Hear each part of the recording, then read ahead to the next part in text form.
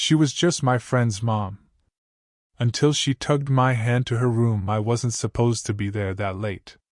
The plan was simple: drop off the book I'd borrowed from Ethan, maybe chat for a minute, and head home. But Ethan wasn't there. It was just her. Mrs. Carter. No, Claire. She told me once I could call her that, but it never felt right. It was safer, somehow, to keep the distance that Mrs. Carter implied. She was sitting at the kitchen table with a mug of tea, sleeves pushed up, hair falling a little loose from a bun, like she'd been home all day and only just now noticed the time. A paperback was open in front of her, but she wasn't reading. She looked still. "Ethan's not here," she said, almost apologetically, but she didn't ask me to leave. I should have said, "That's fine," and gone. Instead, I found myself stepping into the warm light of the kitchen. Her eyes followed me, calm, but searching, like she was remembering something. She closed the book slowly, her fingers lingering on the cover, and smiled just a little. "You can sit for a minute if you want." The chair scraped softly against the tiled floor as I sat down across from her.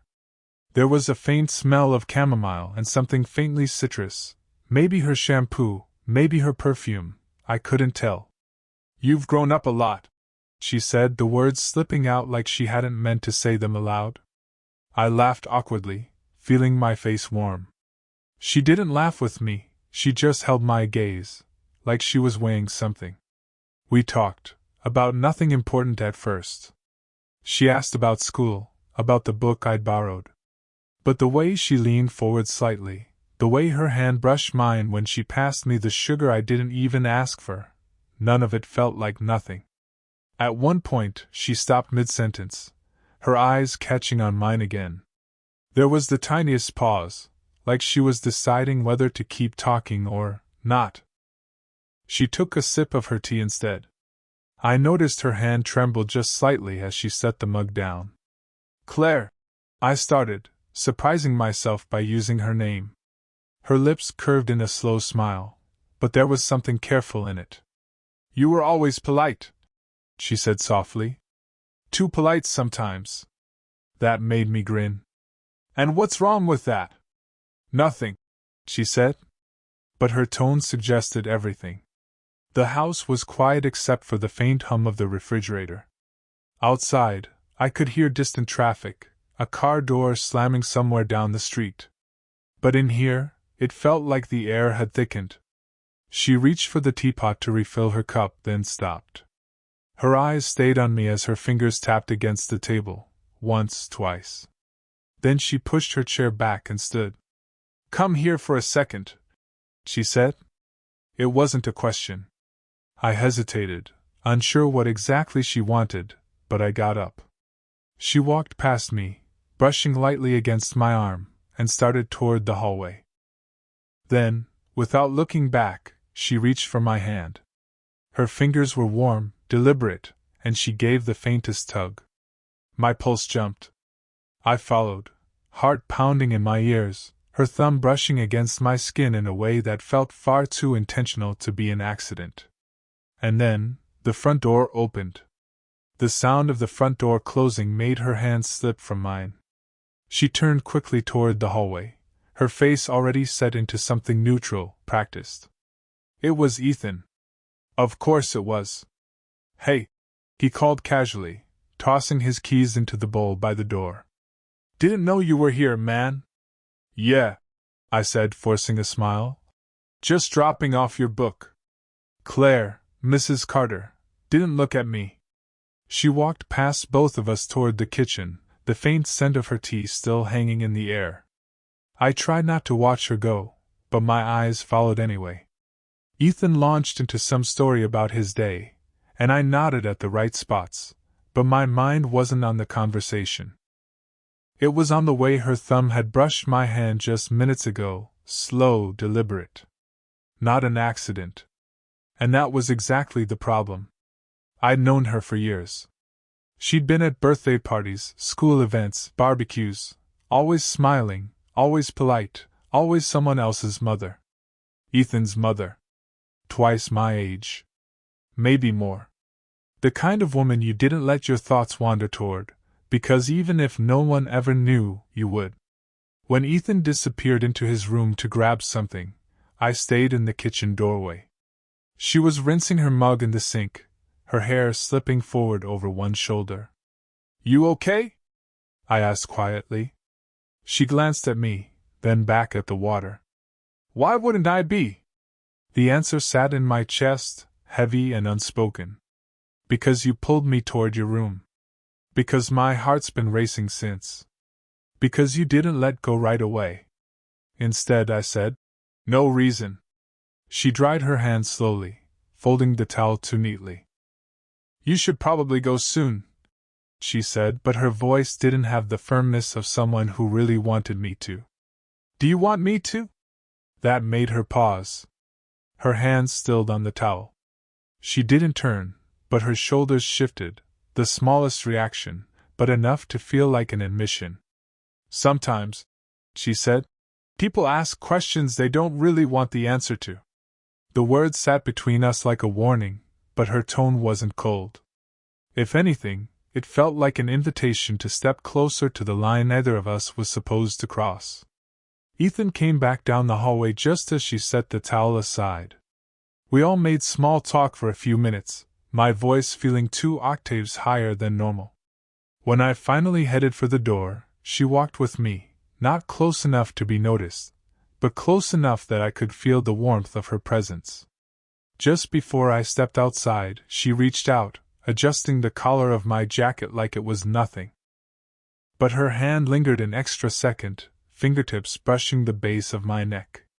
"Good night," she murmured, so quietly I almost thought I imagined it. 2 days passed before I saw her again. I told myself I wouldn't go over, but Ethan had texted, "Movie night? Bring snacks." And I knew she'd be there. The moment I stepped into the living room, Claire looked up from the couch. Loose sweater, bare feet tucked under her, a blanket draped casually across her lap. But her eyes, they held that same flicker from before. Ethan was in the kitchen microwaving popcorn. We exchanged small talk, nothing dangerous. Still, my pulse kicked up every time her gaze caught mine. Then the front door opened again. A man's voice called, "Claire?" I froze. Her husband. I'd seen him maybe twice before, tall, broad-shouldered, business casual. He stepped in, gave me a polite nod, then kissed her cheek. She smiled like nothing in the world was wrong. And maybe nothing was. Except the way her hand had lingered on my collar last time. The way she was watching me now, even as she asked him how work was. Dinner turned into polite conversation, but the air felt heavier than it should have. I laughed at Ethan's jokes too loudly, chewed slower than normal. Every time she got up to refill a glass or clear a plate, I caught her eyes on me for just a fraction longer than necessary. After the meal, Ethan dragged me toward his room to pick a movie. His dad retreated to the office down the hall. Claire stayed in the kitchen. I told Ethan I'd grab a drink and join him. She was alone, leaning against the counter, rinsing plates. "You shouldn't look at me like that," she said without turning. I stepped closer, careful to keep my voice low. "Like what?" Her shoulders tightened. "Like you're waiting for something to happen." The silence between us wasn't awkward, it was dangerous. My hand brushed the counter beside hers. She didn't pull away. "You think I'm the only one?" I asked. Her breath caught, I could hear it. She turned her head just slightly, enough for me to see the side of her face, the faintest curve of her mouth. "I think," she began, but footsteps echoed down the hallway. We stepped apart like guilty kids. Her husband appeared in the doorway, holding his phone. "I've got to head out for a bit. Last-minute thing at work." She nodded calmly, but her eyes flicked to me for just half a second. Long enough for my heart to skip. Once he left, Ethan was still in his room with the movie paused. Claire walked past me toward the living room, but as she passed, her fingers grazed mine. Not an accident. Not this time. I followed. It was late when Ethan finally crashed, mumbling something about being exhausted and heading to bed. The house felt different once his door clicked shut, quieter, heavier. Claire was in the kitchen, leaning against the counter with a glass of wine.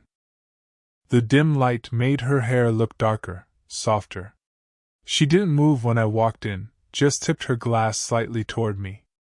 "You're still here," she said. "You're still awake," I replied. Her lips curved faintly, but there was no humor in it. "Couldn't sleep." She took a sip, then set the glass down. "I keep telling myself this is nothing. That you're just Ethan's friend. And?" She looked at me, really looked. "And I'm starting to think I'm lying to myself."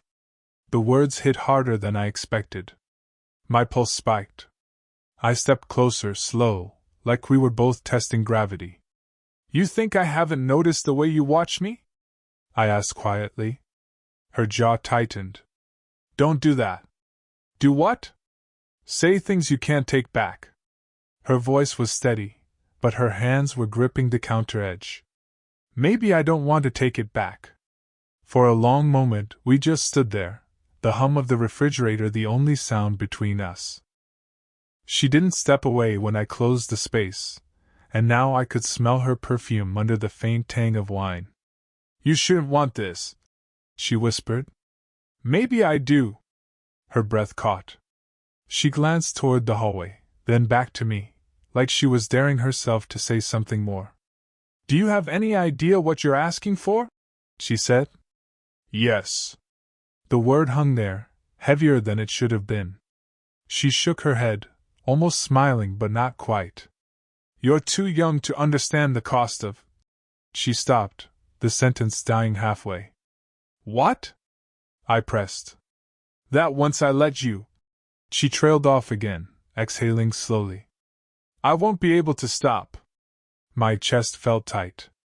She was admitting it, even if she wasn't saying the words outright.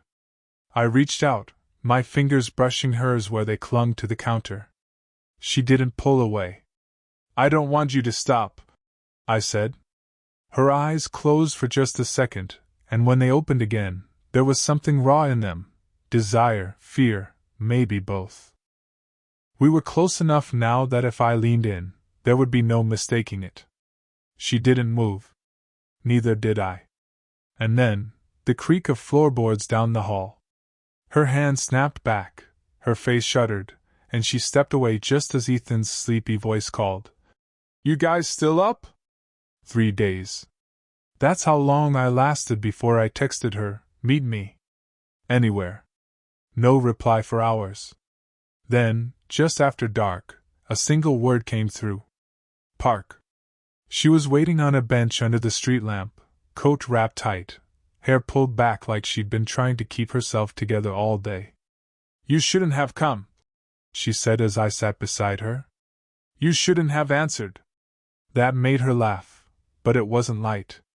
It was the sound of someone too tired to pretend. For a while, we didn't talk. The air was cold enough to see our breath. A couple walked by on the path, their hands brushing. I wanted to take hers, but I didn't, not yet. "He's watching me," she said finally. "Every word, every move." "And Ethan." She stopped, pressing her lips together. "If this blows up, I could lose him. I wouldn't let that happen. You can't control that. Either of us can." Her eyes met mine, sharp and wet at the same time. "Do you understand what you've done to me?" My chest tightened. "If you tell me to walk away right now, I will." She stared at me for a long time, like she was weighing that offer against something bigger. Then she shook her head. "That's the problem. I don't want you to." The words hit me harder than anything she'd said before. I reached for her hand slowly, like we both knew there was no going back once I did. She didn't pull away. "You think I haven't tried?" she whispered. "To shut this down before it even started? You think I haven't?" Her fingers tightened around mine. "I've been married for 22 years. And in 1 month you've made me." She broke off, shaking her head. You've made me feel like I'm standing at the edge of something I can't see the bottom of. I moved closer, the street lamp throwing our shadows across the path. Then jump? She closed her eyes like she was fighting herself, then opened them again, and for the first time, she didn't look afraid. The world around us seemed to fade. I could hear my heartbeat in my ears, feel the cold air on my face, smell the faint scent of her perfume carried by the wind. She leaned in just enough for her forehead to brush mine. If we do this, she said, we can't take it back. I know. Her breath shivered against my cheek. And then, her phone buzzed. Loud in the quiet. She pulled back, looked at the screen, and her face changed. We have to go, she said, standing quickly. Now. I followed, not knowing if she was running from him, from me, or from both of us. We didn't talk for a week after that night in the park. No texts, no accidental drop-ins, nothing. I told myself it was over, that the silence was her choice, and I needed to respect it. But the truth was, every time my phone buzzed, I hoped it was her. It wasn't until it was. He's gone for the weekend. Ethan too. If you're coming, come now. I didn't even think. 10 minutes later, I was standing on her porch. The late afternoon sun made the windows glow, but inside, it was dim and quiet. She opened the door before I could knock twice. For a second, we just stared at each other, no words, no rules left between us. Are you sure? I asked. Her hand came up to my cheek, and she smiled faintly, like she'd already decided a long time ago. I'm done pretending. Inside, the house felt different. Not the careful, polite space I'd always known, but warmer somehow, alive. She made tea, and we sat at the kitchen table like we had the first night, except now, the air between us wasn't cautious. It was inevitable. We talked for hours. About her marriage, what it had become, what it hadn't been in years. About me, why I'd stayed away, and why I'd come back anyway. The kind of conversation that strips you down without touching you. At one point, she reached across the table and took my hand, just like in the hallway that night. Only this time, there was no one to interrupt. I can't promise this will be easy, she said. People will talk. Ethan will, he'll need time. I don't care, I told her. As long as you don't ask me to walk away. Her eyes searched mine for a moment, and then she nodded, slow but certain. Later, we ended up in the living room, the last of the daylight spilling across the carpet. She leaned her head against my shoulder, and I felt her breathe, steady, unguarded. It wasn't a movie moment. There was no perfect background music, no dramatic kiss in the rain.